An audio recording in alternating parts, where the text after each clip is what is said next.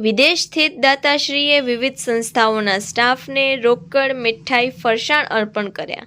USA સ્થિત ભુજપુર કચ્છના દાતાશ્રી રમેશભાઈ મંગલલાલ દેઢિયા પરિવાર દ્વારા ભુજની માનવજ્યોત સંસ્થાના સ્ટાફ કર્મચારીઓને રોકડ મીઠાઈ અને ફરસાણ અર્પણ કરવામાં આવતા આવા પરિવારોએ પણ દીપાવલી પર્વે ખુશી મનાવી હતી।